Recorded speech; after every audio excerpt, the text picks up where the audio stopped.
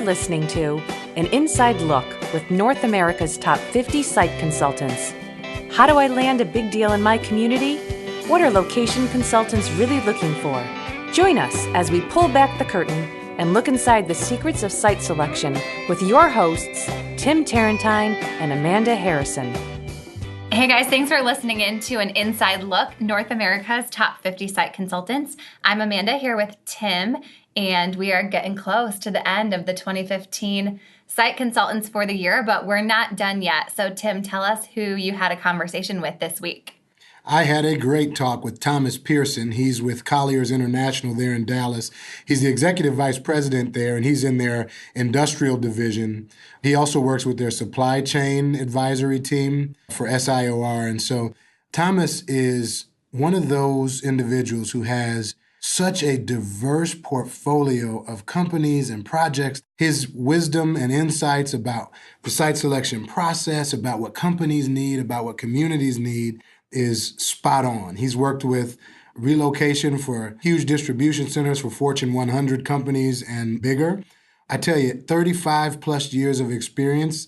All I can say is get out your notebooks, take notes, because Tom's insights are really spot on in terms of what economic developers can do when thinking about how to close a deal with a company working with a site selector. It was a great interview. The insights were great, and I hope you all sit back and enjoy it. Tom, welcome to the podcast. We're so glad to have you on. Congratulations on being named one of North America's top 50 site consultants. We want to dive right into the conversation, though. Before we get too far, tell us three things everyone listening should know about you. Well, I have been in the industrial real estate business for almost 40 years now, and I've done nothing but work with companies, major users, and developers throughout my career, and have been at Colliers International for the last 9 years and have seen a lot of changes in the marketplace. So it's an exciting time to be in the business as a broker, as a site selection person, as well as an economic development person. Sure, and you've spanned quite a while here in this industry. Tell us how you got started. Did site selection come to you, or were you always interested in that, or how did you begin your career?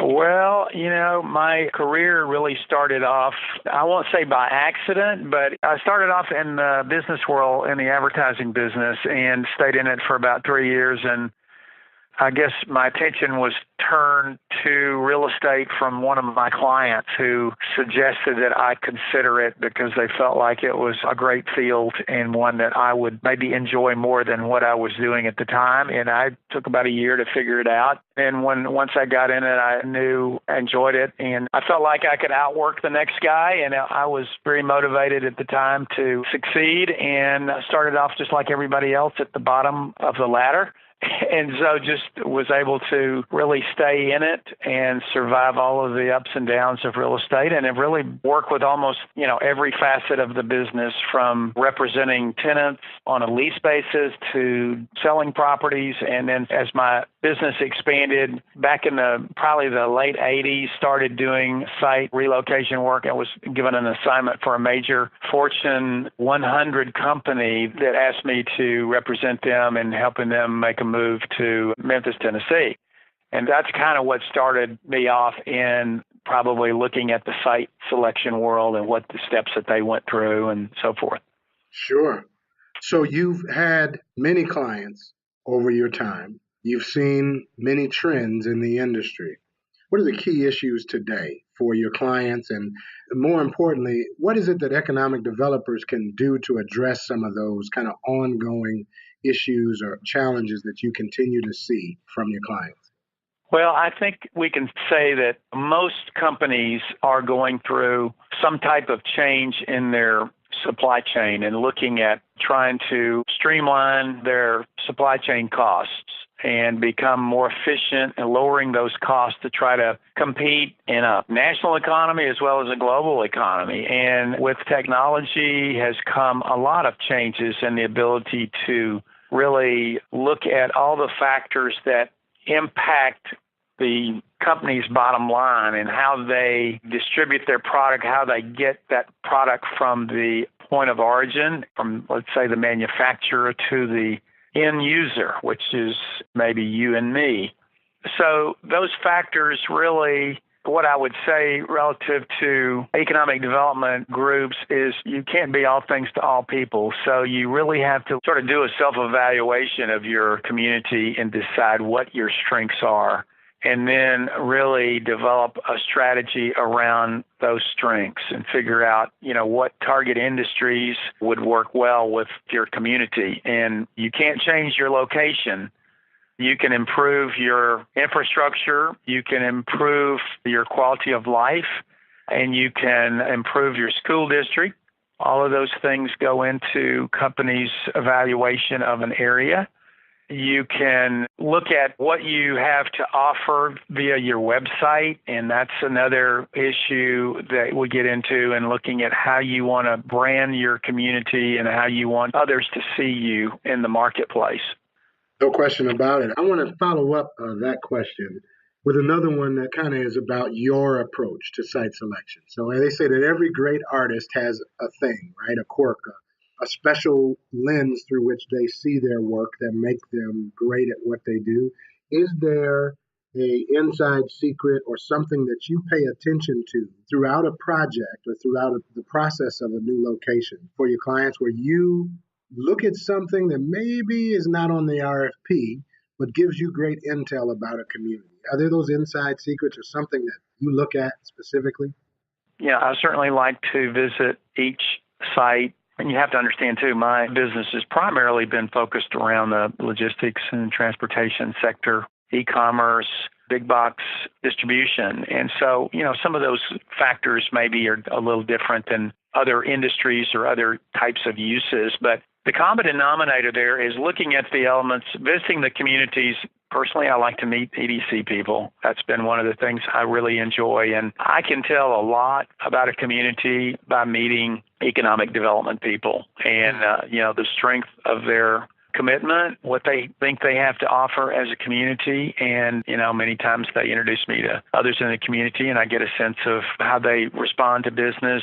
And even though most cities want industry there, but believe it or not, they have business there because it's a necessary thing to do to support their population. But not every community is developer friendly, and not every community is business friendly. So I look at those kind of factors, and then it gets beyond that. It looks at how they compare with their population, what their demographics, what kind of labor they have, what their tax structure looks like, who else is there. Sometimes says a lot about a community is who they've attracted in the past.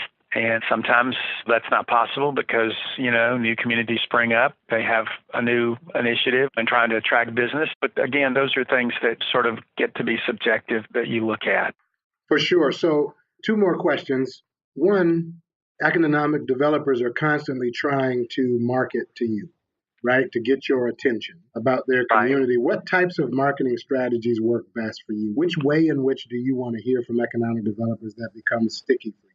Well, that's a good question. And I think that probably one of the things I've enjoyed doing is I will get occasional invitations to visit a community from an EDC group. That's kind of an expensive way because, there are a lot of us out there who get involved in site selection work, and you can spend a lot of money probably doing that and perhaps see no results. So you have to certainly be judicious about where you spend your budget dollars. But I think I've enjoyed the roundtables that we've had through site consultant interviews that we just finished here with Carla's group, and meeting different communities. And we have different states that come into Dallas and will, over a lunch or dinner, introduce us to some of their key leaders, and will kind of showcase their state and what they have to offer. And I get a lot of benefit from that. So I'd say that's not every state does it, but certainly we've seen some do it, and we think we get a lot out of that as well.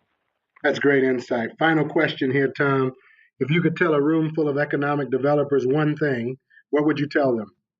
Well, I would say that The main thing would be to sell to your strengths and know what your strengths are, and also invest in your website and make sure that you have a website that reflects your community and that has current information on it, so that when we are looking at trying to put together a package or we're trying to get some preliminary information on a community, we can go to that website and get the latest information. It's not 5 or 10 years old like I've seen in the past.